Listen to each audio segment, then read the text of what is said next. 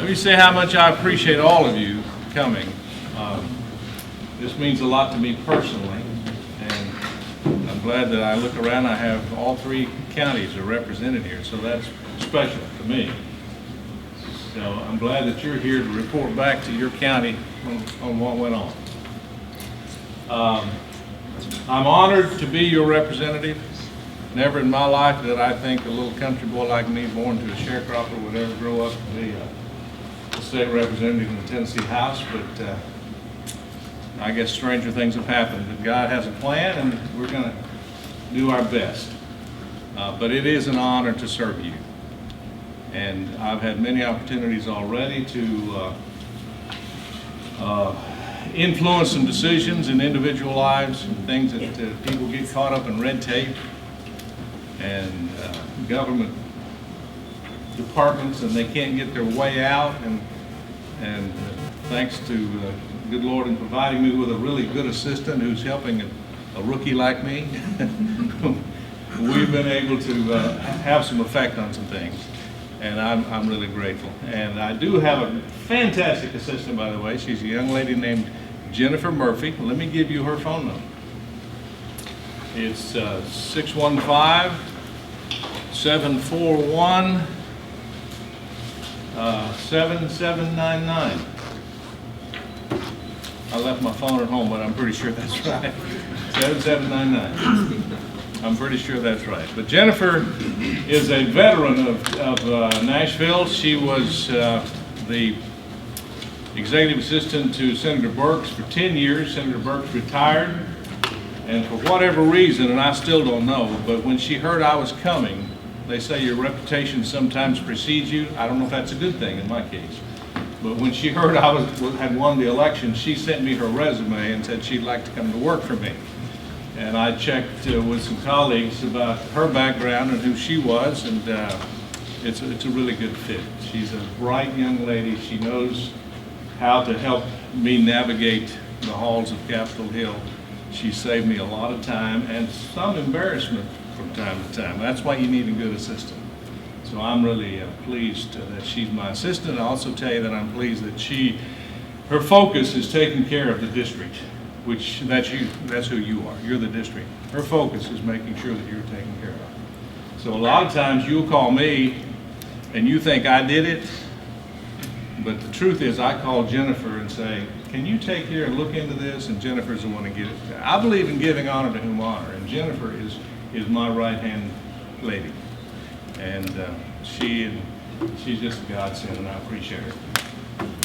Speaking of a godsend, I'm so glad to see my long time good friend, Wade Phillips. He's the bishop of the Zion Church of God, the presiding bishop. And we've traveled together all over South America and doing things, and that was another life for me when I was in media. And he lives in my district. I'm so glad that Wade showed up tonight. And Wade, I would like, if you don't mind, just ask God's guidance on our conversation tonight. Okay. Thank you. When you get to know me better, pull me aside and I'll tell you some stories about families. Oh, please don't.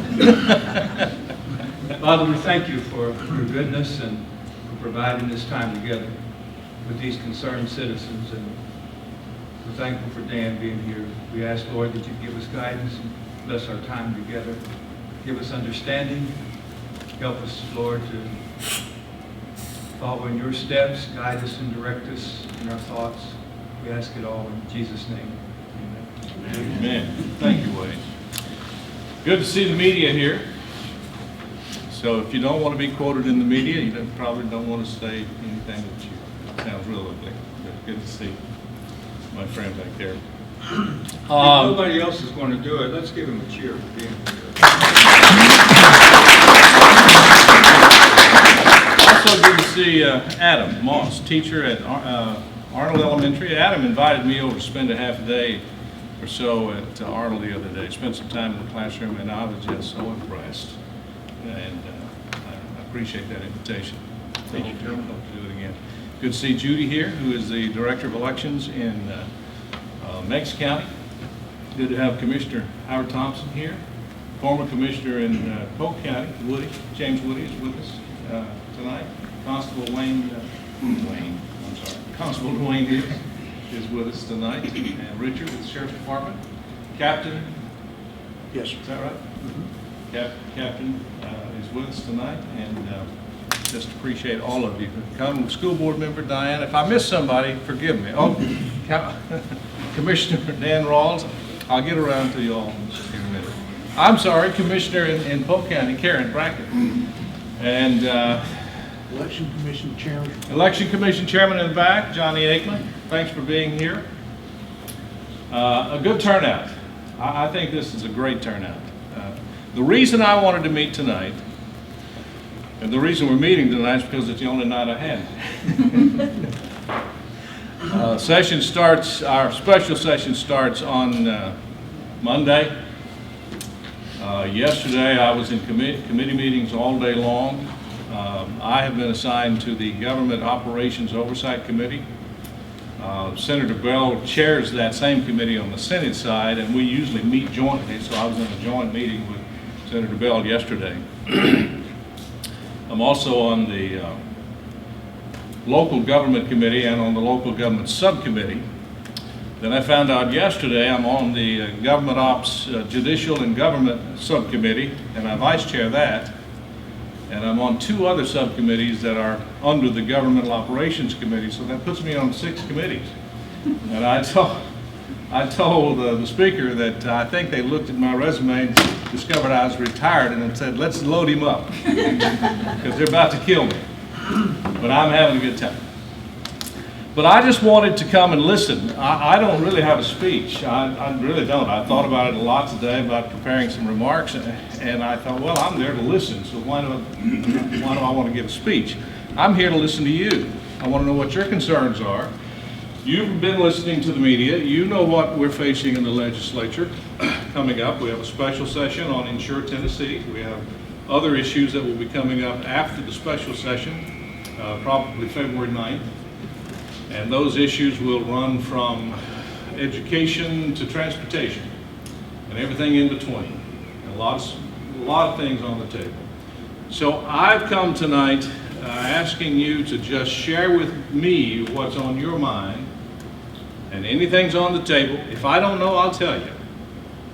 My wife thinks I'm the smartest man in the world, and I've got her fooled, but I'll tell you the secret. I don't know everything. But I do know enough to find somebody who does know what I don't know. And that's usually how I've got along in life. So who wants to start? Tell me what's on your mind today. Let's just throw it out there. I know the special session, surely somebody's got this on their mind. The special session is Insure Tennessee. Go ahead and tell me what's on your mind. Sure. Tell me your name if you don't mind. It's John Anthony. I'm a new guy in town, so you wouldn't know me. We just moved here not too long ago. Well, yes, about Insure. Do you want to stand up or something? Can you guys all hear me? Can you hear? Did I shout enough? Yeah. Okay. Insure Tennessee. Concerned about it for many reasons. Grants, strings attached to grants. Every government program involved with Medicare, Medicaid, and Obamacare is kind of going downhill financially. Why would this be any different? But there's another question. And that's this. There's been a lot of different studies done, but there's a particular one over 5 years by the Manhattan Institute of about 893,000 people. And here's what they said. If you had private insurance versus no insurance at all, and you went into the hospital and had surgery, the chances are 74% you're going to die. 74% more will die than if they had insurance. If you had Medicaid, 97% more will die than if they had no insurance. Cost-wise, if I go in the hospital and I have no insurance at all, it's going to cost me 4% more than if I had a good private plan. If I have Medicaid, it's going to cost me 26% more than if I had a good private plan. Why is Medicaid even an issue? Why are we even talking about it? Why are we talking, I mean that, expanding it? Why wouldn't we just stay as far away as we can get? Well, the best answer I can give you is that this is a proposal from the governor himself. It's an administrative proposal. Had it been left up at this point, I can tell you this, my impression is, had it been left up to the legislature, it would not be on the table this year. But this is a piece of landmark legislation that the governor has chosen to push. And with all due respect to the governor, I think he's a fine man. I met him, interacted with him on several occasions. I was with him Monday for a couple hours in Knoxville in one of his sessions where he was inviting people to come to do what we're doing tonight. And he was basically speaking where, in this point, I'm trying to listen. But I understand that his point was to get across his plan to the people. So I was with him Monday for a couple of hours. And he feels strongly that this is something that we need to do. Why he feels that way, I can't speak for the governor. I don't know. But this is coming from the administration, not from the legislature. I don't know if that answers your question. They believe strongly in it because they think they're leaving all these dollars in Washington, D.C. that should be coming back to our state again. So we're basically paying taxes and then that money's going to other states so they can expand their Medicaid program. So if we expand our program, then we'll get some of that back. But the more money you spend, the more the government spends, the more the taxes go up. So this is like, it's a road to nowhere, or it's going somewhere, it's coming out of your pocket. So are you saying, and I don't mean to put words in your mouth, I'm asking, are you saying unequivocally, I'm going to vote against this? What I'm telling you is that I have severe reservations about what you've just expressed. I asked the governor Monday in that meeting. There were 16 of us legislators there in that meeting. And we went around the table and we all could speak freely. And the question that I ask, one of the things that concerns me, and this is just one of them that concerns me, if we expand Medicare in Tennessee with this Insure Tennessee plan,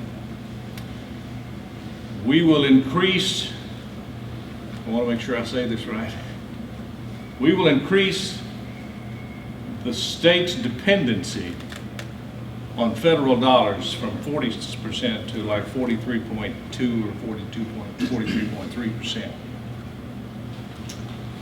And I asked the governor about that, and at what point do you not become concerned about such a huge dependency upon the federal dollars? Didn't really get what I consider a satisfactory answer.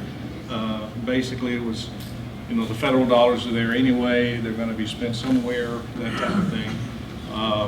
But that's a concern that I have. At some point, it seems to me there's a tipping point. If you haven't figured out by now, I'm a conservative. There is a tipping point, it seems to me, where let's just rely on the federal government to supply everything that we need. And it seems like 43% to me is too close to the tipping point. That's a problem I have, and I didn't get a really clear answer to, and I'm sure that he would probably like to try that again. In your association You with say your you got those figures. peers in Nashville, Manhattan. do you have a feel of what their pulse is on this, about I how do. they will vote?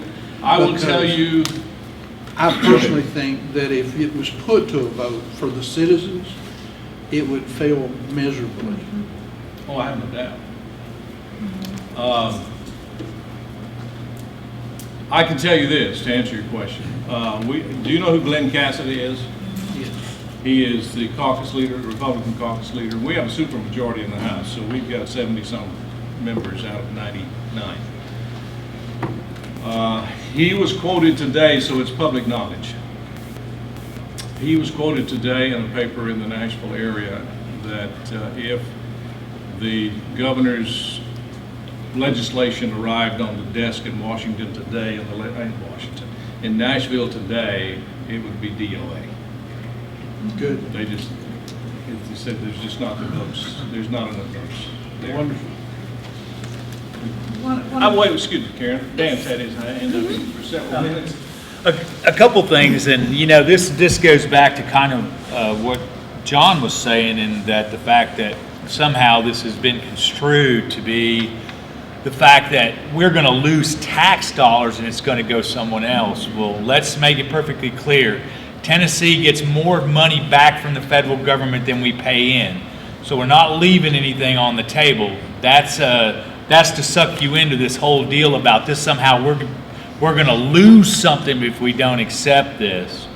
One of the biggest problems that I have with this is that, you know, when you look at this thing from the beginning and you allow the federal government to come in with a plan that's failed as a national plan, and then you're going to implement that plan in Tennessee. Now, we already had a problem before with TennCare, which almost bankrupted the state of Tennessee. And at that point, we had about 170,000 people on the rolls. Initially, the claim was that this would enroll about 200,000. Now it's gone to 280. But in reality, what my understanding is, this thing could go to 400,000 people enrolling. And a lot of these people are able-bodied, able to work, that are going to make it more, when the push comes to shove and the money gets tight, they're going to push the people that really need it to the bottom of the ladder, and they're going to rise to the top. I just think it's a huge problem when you can say that, hey, look, this is a failure as a federal program. Now we're going to implement it as a state program. And what happens in the 2 years after the federal money goes away? That's to say that the federal money even stays for the full 2 years. And that whole in one pocket, out the other pocket deal, you know, the hospital associations, you know, where they're going to get federal dollars. Well, there is how that would be funded through that. The problem is there's a Senate bill right now that's trying to close that funding loophole. So you would, if that were to be closed, how do they intend to fund this?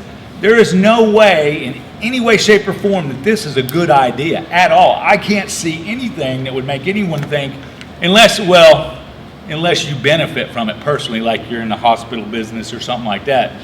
And I think I'm pretty sick of seeing the taxpayers bail out banks, hospitals, you know, and car companies and everybody else. It's ridiculous, and you know, this is something that we just don't need.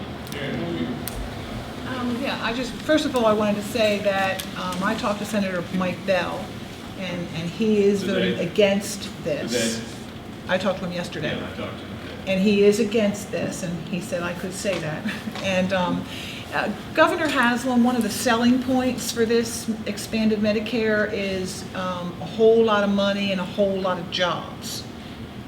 Has he explained how he intends to, how we're going to get all this extra money and all these extra jobs by bringing in this expanded Medicaid?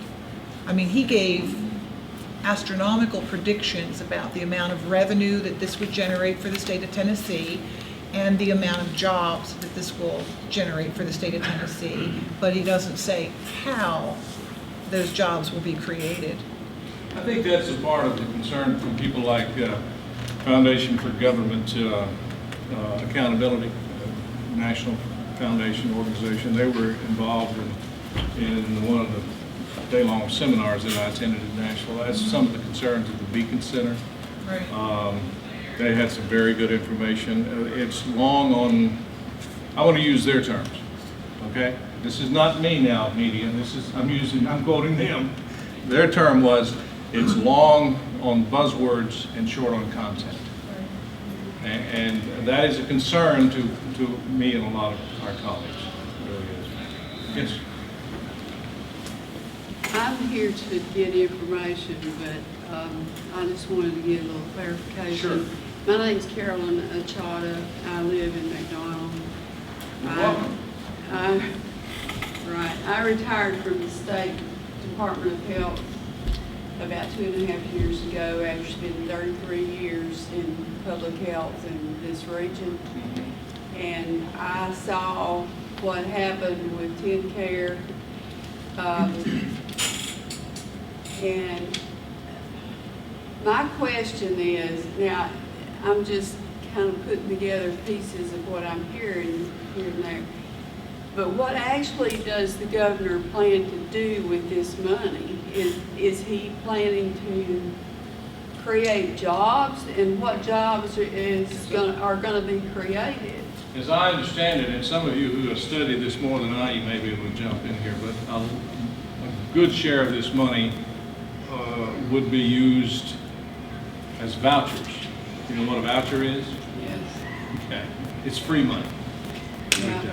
Yeah. And as I understand it, I did some more reading today, and when you're where I am, you want to get it right. You really do. You study and you talk to people. You really want to get it right.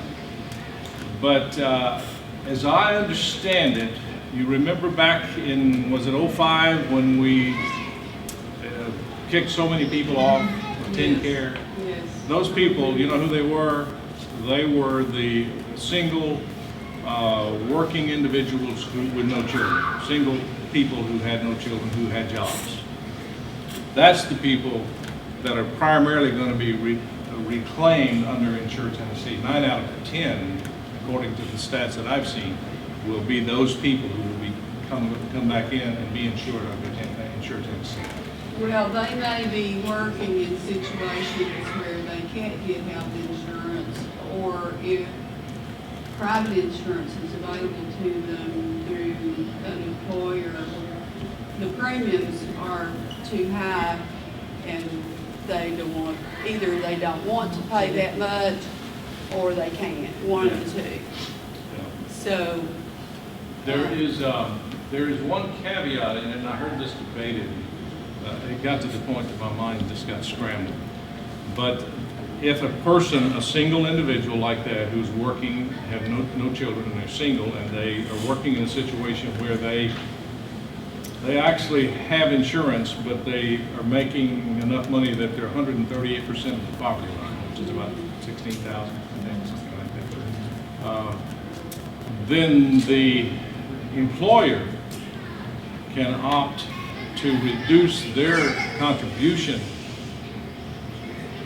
portion to that person's insurance premium, and then the government would stand up and give a voucher and say, here, we'll pay the rest. I don't know. I want to know what you think. It's a move towards national health insurance. And I have made several trips to the UK where they have national health insurance. And I've noticed, I mean, I've talked to a lot of people on those trips and learned how it works there. And the concern amongst people who live there all their lives is that their government's going to run out of money because people move in there from other countries, and automatically they're eligible. Well, where else is that And- Right here. Yeah, right. So, And the government is printing money. That's the one of the big problems. We're just printing money. The states don't have that option, but you can print so much money to the point that it's worthless. yeah, right. And that's another concern. Yes? ACA has subsidies available to people who are below 400% of the poverty level, sliding scale, unless you make more you get. They could solve the problem.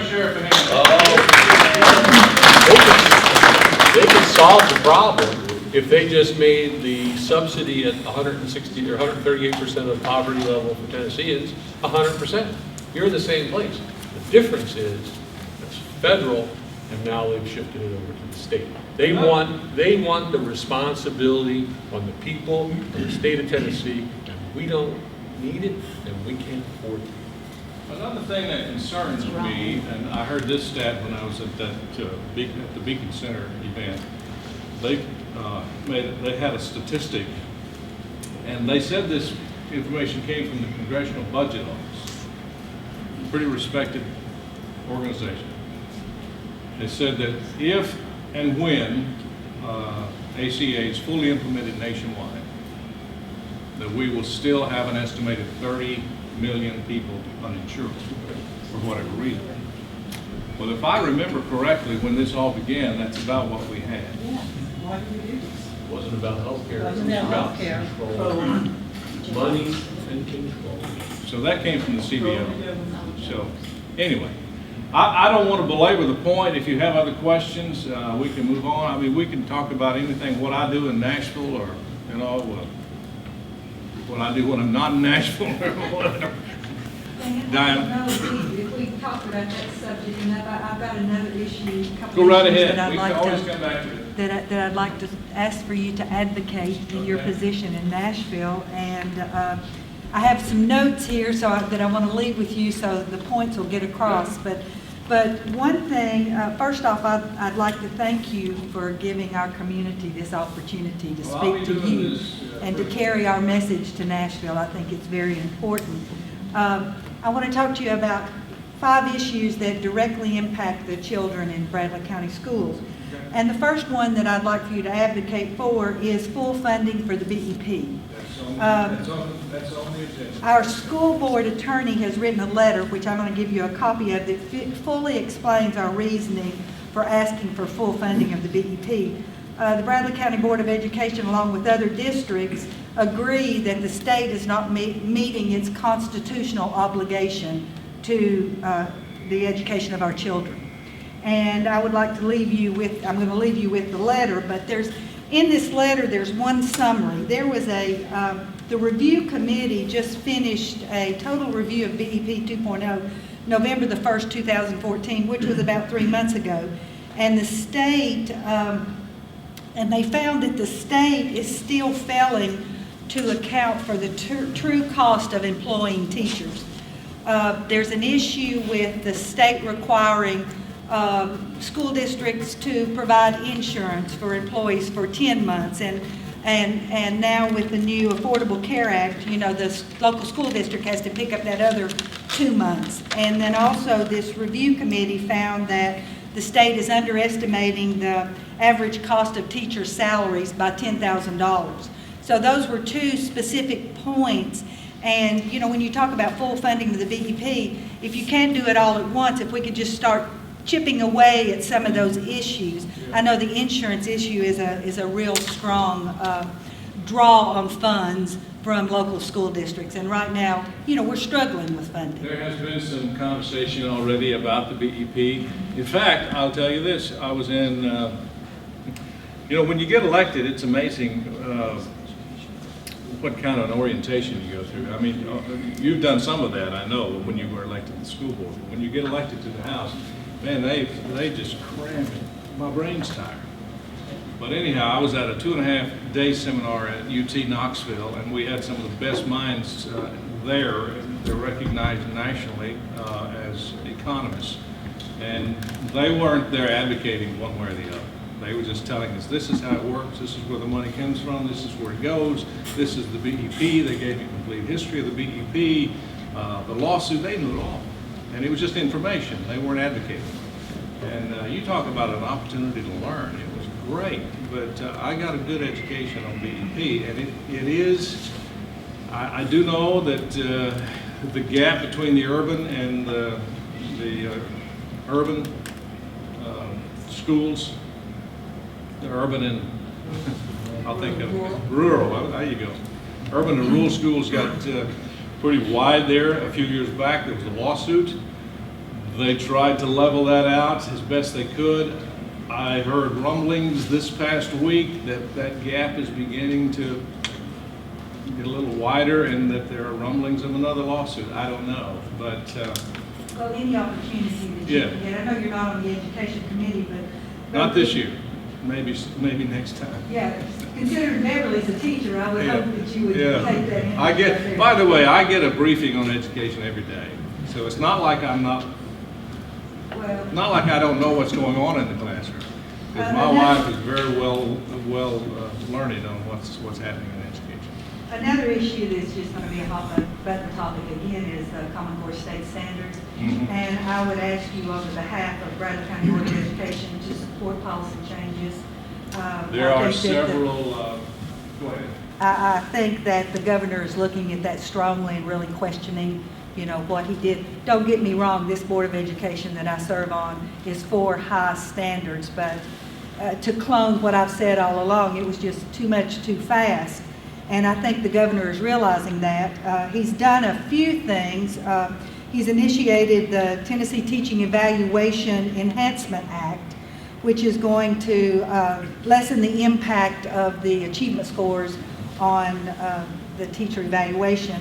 And then also he's advocating for local school districts to have more discretion in how they factor student achievement into employment decisions, like promotion and retention and termination and compensation.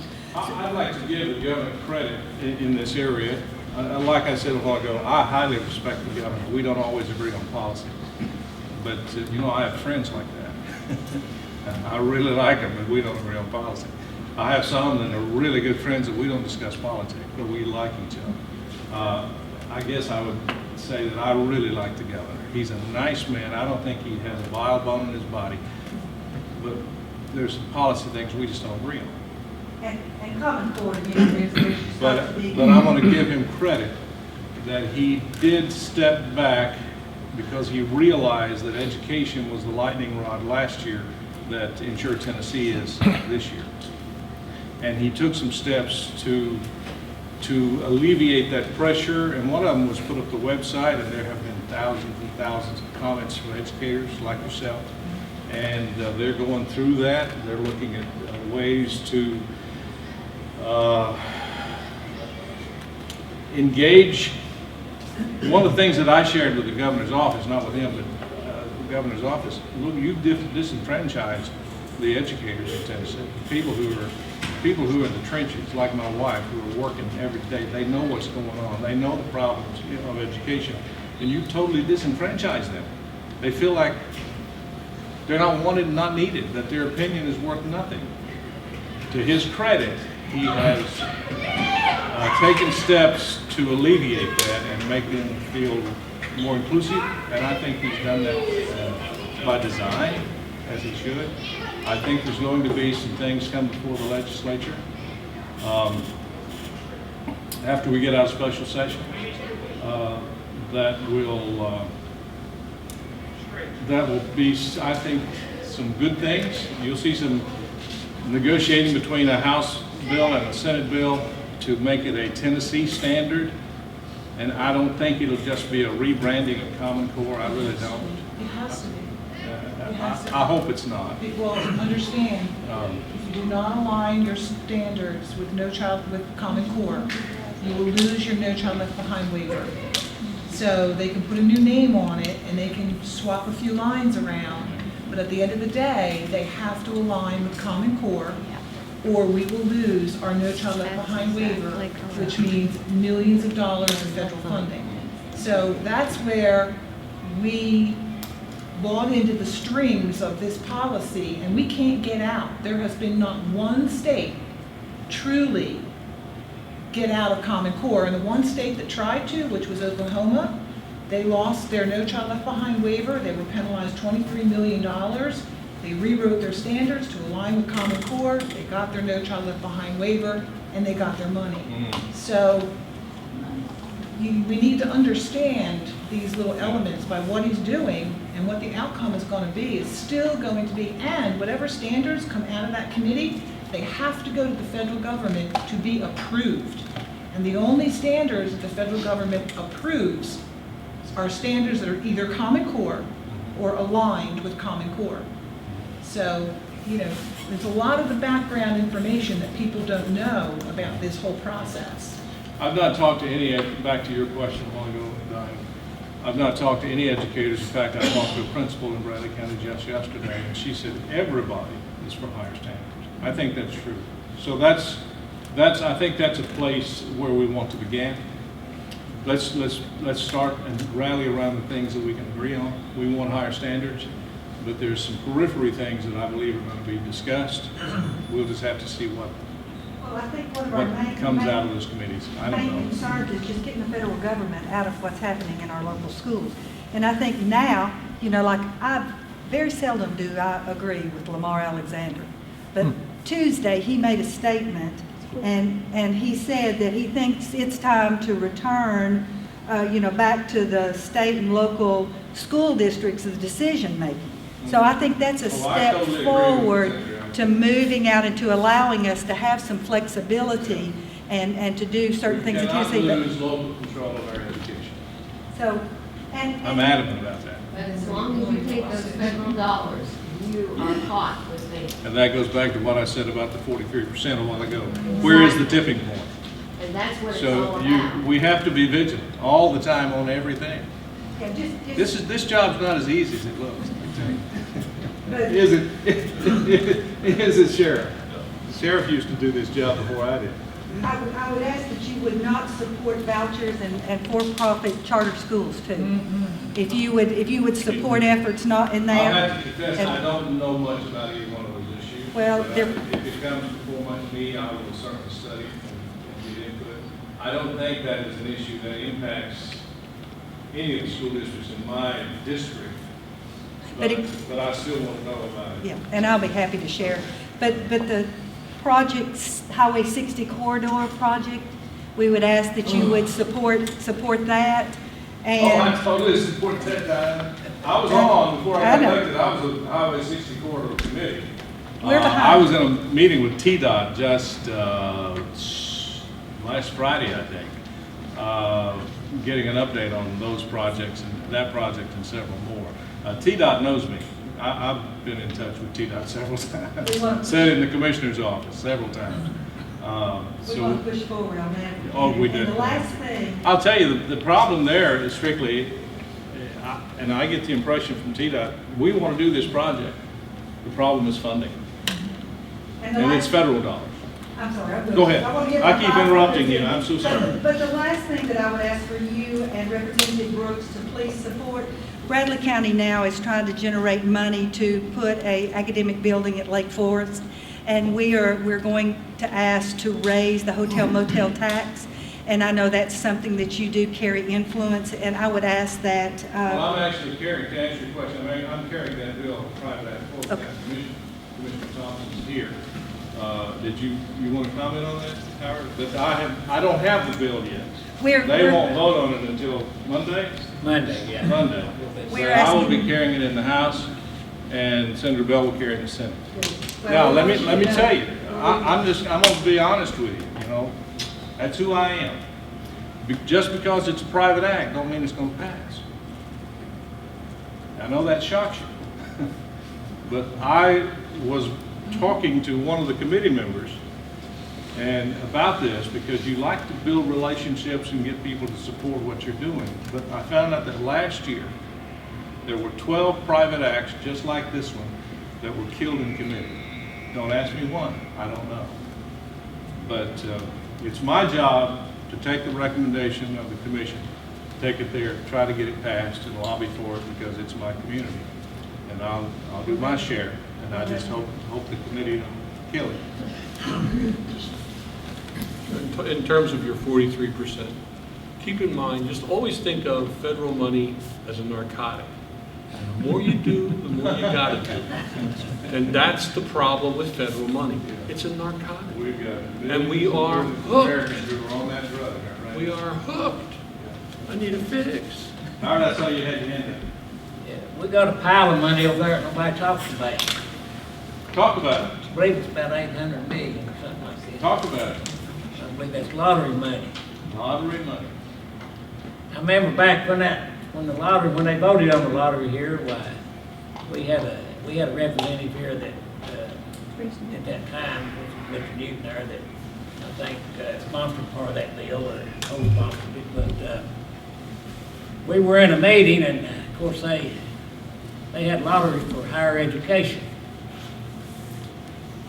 And we were in a meeting, a national meeting, or a regional meeting at the Holiday Inn, and I asked the question, I said, why did you put all of the lottery money for higher education? I said, why didn't you put a little bit of it in the 95 counties for brick and mortar, for these schools or whatever? He said, well, we'd have to rewrite it over again. I said, well, get to writing. But anyway, we're sitting over there, they got 800-something million unclaimed money there that they're still talking about higher education. We've got 95 counties, and that's being one of them that needs money. We got to have money, $12 million or 18 million for Lake Forest over there. And $800 million would go a long ways in 95 counties. But you really need 18 million, right? We need 18 million, right? But, 12 is good. county school and 6 for the city. But if they give everybody $10 million, why, they could, each county, that lottery money, instead of sending it to college. They never think about the taxpayers down here that have to fund local schools. I'll tell you, education is the most important thing we do as a legislature in Nashville. Funding education, creating an environment so teachers can do what they do, creating a good environment, safe environment for the kids to learn. It's the most important job we have. If we don't educate our kids, everything else falls away. If you don't have an educated population, you don't have economic development, you don't have industrial recruitment, you don't have workforce development, you don't have quality of life. So everything starts with education. And so I'll be an advocate for education, plus my wife's a teacher.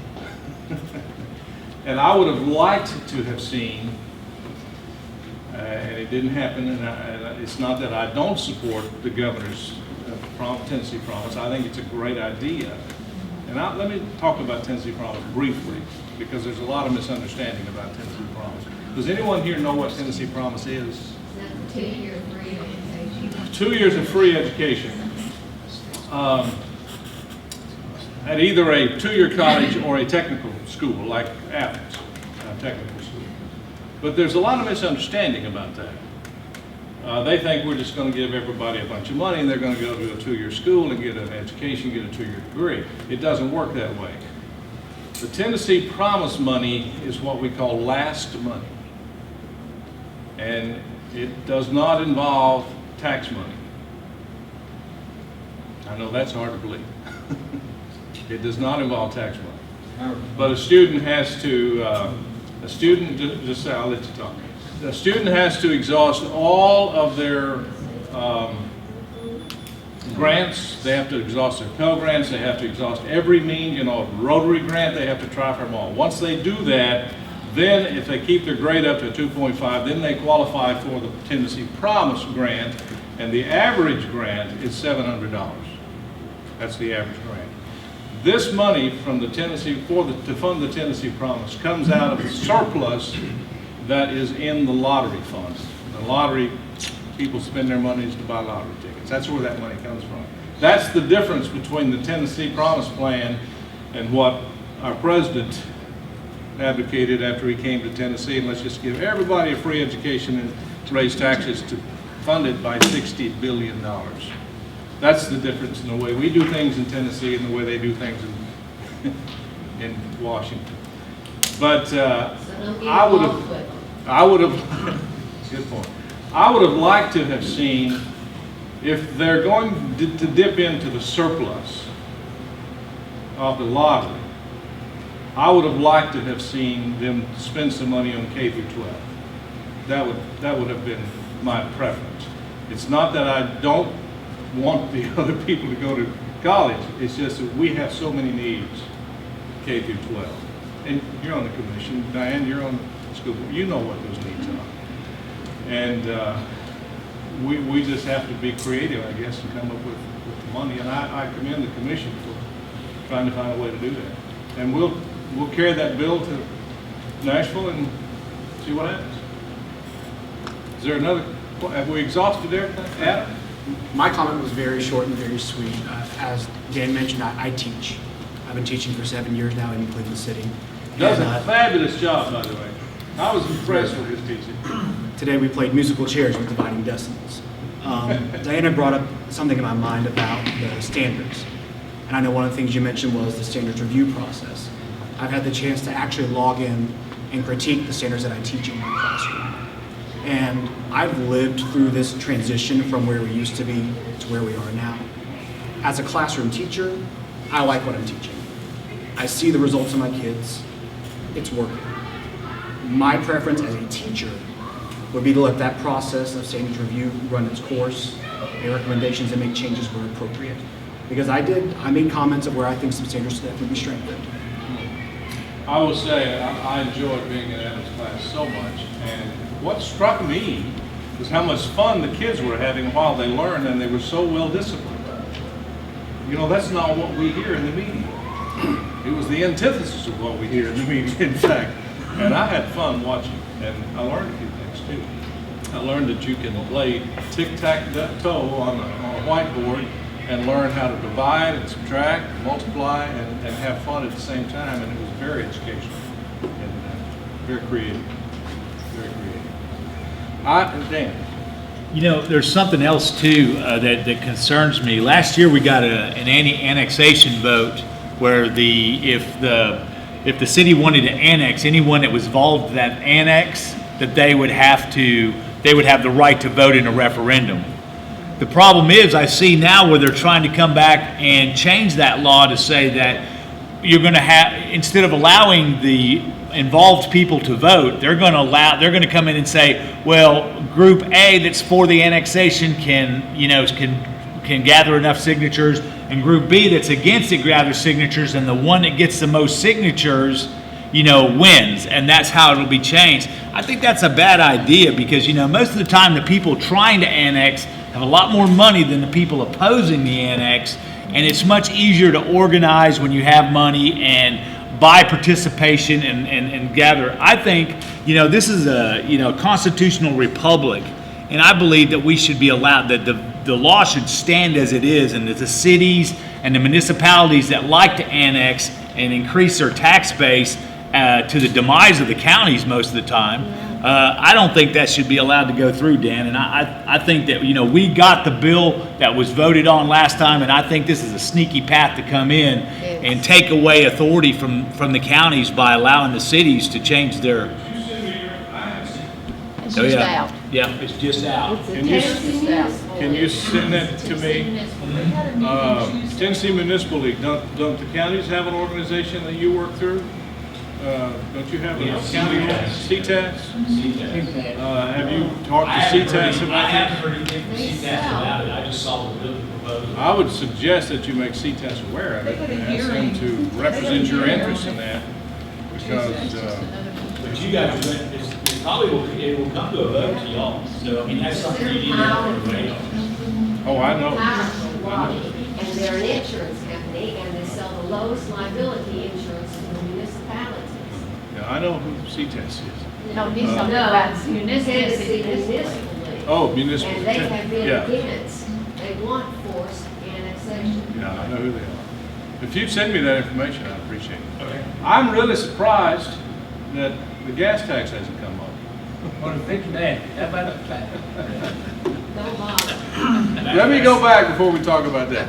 So I would assume, and my reason for being here tonight was to get your input. I would assume that, almost without exception, no one here supports the expansion of Medicaid and Medicare in Tennessee. Am I correct? Would it be 100%? Everybody's shaking their head. Okay. The feds stay Well, that out. seems to be what I'm getting in all three counties. That seems to track. And I have ways of finding it. I have ways of knowing.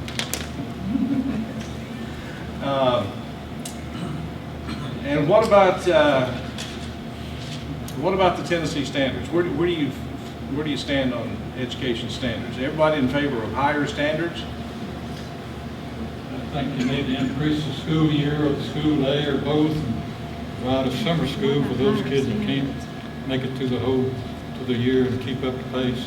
That's going to cost us some money, and that's my next problem is what is being said in Nashville about raising some money. I see the budget's being cut, telling departments to cut their budgets by 7% in the last few days. So obviously you've got a real money problem in Nashville. Actually, revenue's up this year, but the governor has asked the departments to present a proposed 7% cut, I believe is what he told us in our meeting the other day. And it could be cut, but the projections I saw just last week that our revenue is actually up this year. Well, it should be. We've been out of the 2008 thing. Look how much gas we've been selling. Because it's low. I It's think not that a good job that needs to be done, obviously. I think the issue with the standards is that it is not just an issue of the standards. Common Core is a much bigger issue than the standards. And that's where That's what I everybody wanted. tries to keep you focused on, oh, it's just standards. But Common Core is a lot more than just standards. So our issue with Common Core is more than the standards. It's, you know, the testing that it drives, which is what is basically the testing. We got out of Park, and which is a federally funded organization. Park and Smarter Balance got $360 million from the federal government to create standards for your children. And we hired a company named Measurement Inc. But if you look at Measurement Inc., they are nothing more than a front for Smarter Balance. So what we did was we got rid of Park, one of the federally funded consortiums, and we brought in a front group, Measurement Inc., who has contracted with AIR, which is the American Institutes for Research, who is a behavioral research organization. They're not an assessment organization. AIR and Smarter Balance are partners, and AIR just purchased for the state of Tennessee in Utah their Common Core aligned assessment. So we hire Measurement Inc. They contract with AIR and Smarter Balance, who then went to Utah and for $2.3 million for a 3-year contract, that's $2.3 per year for a 3-year contract, they purchased Utah's Common Core assessments for the state of Tennessee. And I have a copy of that contract. So these are the problems with going on in education. You know, we're being lied to, we're not being told the truth. There's a lot of wheeling and dealing going on, and it's our children who are going to pay the price for all of this. So what I'm hearing you say is we want higher standards, but let's try to find a way to disengage ourselves from the federal government. Yeah. The people who are running that aspect of it. Well, and the only way to do that is to completely divorce ourselves from Common Core, because Common Core is tied to the hip to the federal government. So. Most people don't realize the assessment we've had for years and years since I was in elementary school, the TCAP, it's not a Tennessee-based assessment as well. It's from, tell me, Nebraska, Arkansas? It's from somewhere out in the Midwest. I don't know if Tennessee even has like an assessment, I don't want to call it consortium, like assessment program capable of producing it at a large enough scale to support our state at the moment. I would love to see our state develop something like that in the future. But for the meantime, we needed something to go forward. And I'm not sure what that could have been with our state not having something. I don't want to belabor the point. We could talk about it all night, but it's getting to be close to 7. Go ahead. You have to talk. I'm out of the district. I'm from Ray County. I was waiting until all your district people, but there's 2 things that need to be brought up. Who is making these standards that we never can get there? I want to know who's writing those. I think you can talk to Karen. And I mean, I'm talking about Japan or somebody else. The second thing is that people need to be aware of an outfit called Maximus and this partnering. For example, these are contractors, and Karen was talking about it, which I personally read upon. Maximus, for instance, in Hamilton County, they're a layer underneath the government. They handle health care, Medicare. They're in charge of Health and Human Services. They have the authority to take away driver's license. They're the most powerful billion-dollar outfit. They operate in five countries, guaranteed that the governor is in connection with Maximus. The Hamilton County alone paid $12 million over a 4-year contract to give the authority into the hands of Maximus. And these partnering outfits, these contractors, are the government that has taken away our real government. I wish you would look into it. And as far as handling, well, just Google Maximus. Okay. And as far as this, people like the Tennessee Municipal League, it's very simple. Put somebody that hates them in charge, that's a Secretary of State, and pull their 501c3. Right. They will all collapse. There will be no more problem. Right. The Title 18, Section 242, you can put people in jail that deny your Bill of Rights. So it's 2 minutes to 7. I try not to keep you more than an hour. We'll take one more, and then I'll tell you about the gas tank. 2 points. Sometimes it's more important what the legislature don't do than it is what they do. You know, you're exactly right. 2 things. I did take note of the fact that when our country was shut down, yeah. when was that? For several months. Yeah. it didn't bother me at all. That's right, shut it down. Sometimes doing nothing is the best thing. Two things we don't need to do. What's that? One of them, we don't need to expand welfare in any form in Tennessee.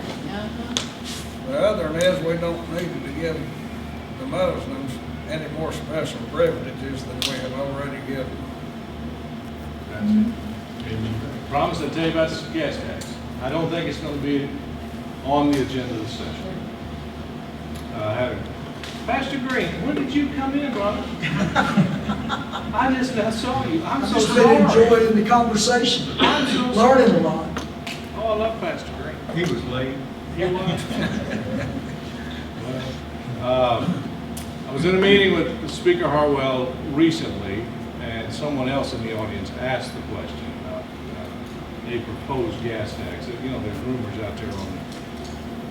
You'll discover that there are rumors about many things that there are no basis in fact. I think that's the case with the gas tax. A lot of rumors, but the Speaker's response was, I don't expect to see a proposal from the governor in this session regarding the gas tax. So that's all I know about that.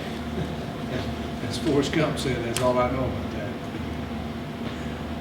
Anybody else have a comment that's burning a hole in your mind or a question? We pretty well covered it all then.